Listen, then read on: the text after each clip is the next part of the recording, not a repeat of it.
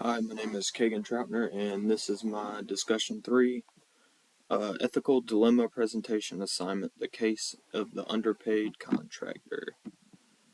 Alright, so our case scenario.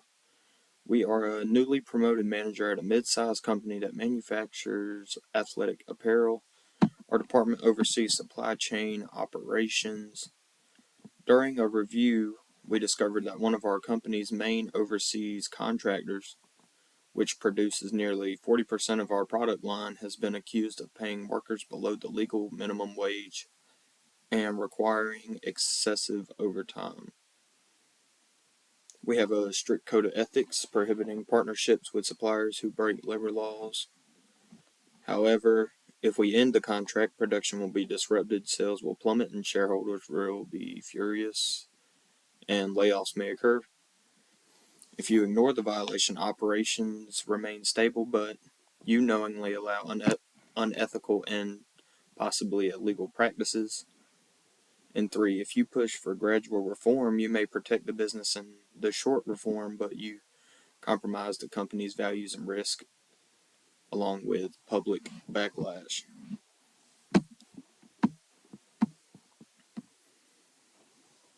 Alright, so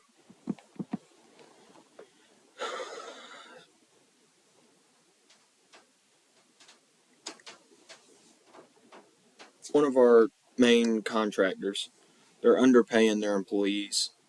They're going under, and they're not abiding by an ethical code. They're not paying their employees what they're worth. And for them, that can also be dangerous. Even though we're buying from them, their employees can go on strike. They can have a lot of people quit. People demand, their demands are not being met. So if I was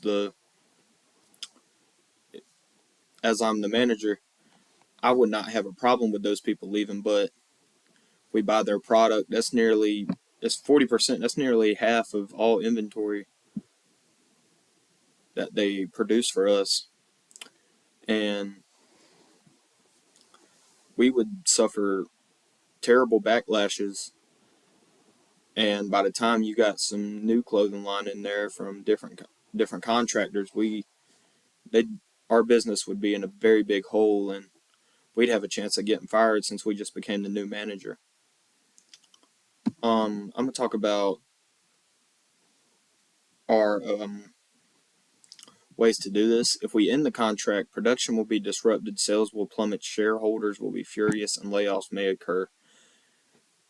I think that's one of the worst out of these 3. Seeing how the upper management and managers like shareholders and sales, like, they will be furious with us since we just became the manager, and probably will be fired as soon as they learn about the underpaid manual labor happening overseas. If we ignore the violation, operations remain stable, but you knowingly allow unethical and possibly illegal practices. And if you push for gradual reform, you may protect the business in the short term, but you compromise companies' values, risk, and public backlash. So ignoring the violation, our business goes along if we ignore it. But later on, if something comes out about it, business can stop like that. We would have to take their product line off the shelves or off the floor or wherever, and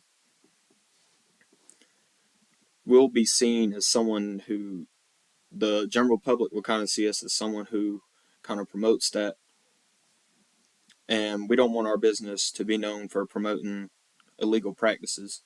And if we push for gradual reform, we protect the business in the short term, but we compromise the company's values, risk, and public backlash.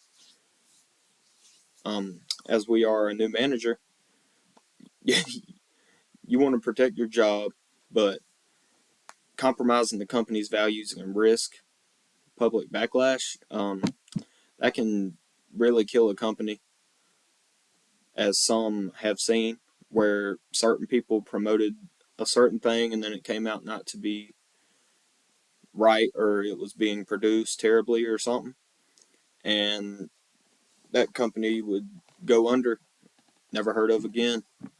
What I would recommend personally, I say we push for a gradual reform and kind of ignore the violation, but not completely. I think we do both of those in a combination to keep our job and keep the business moving at a steady pace, but also look for a different vendor who can provide the same services and who pays their employees right and is a good ethical company.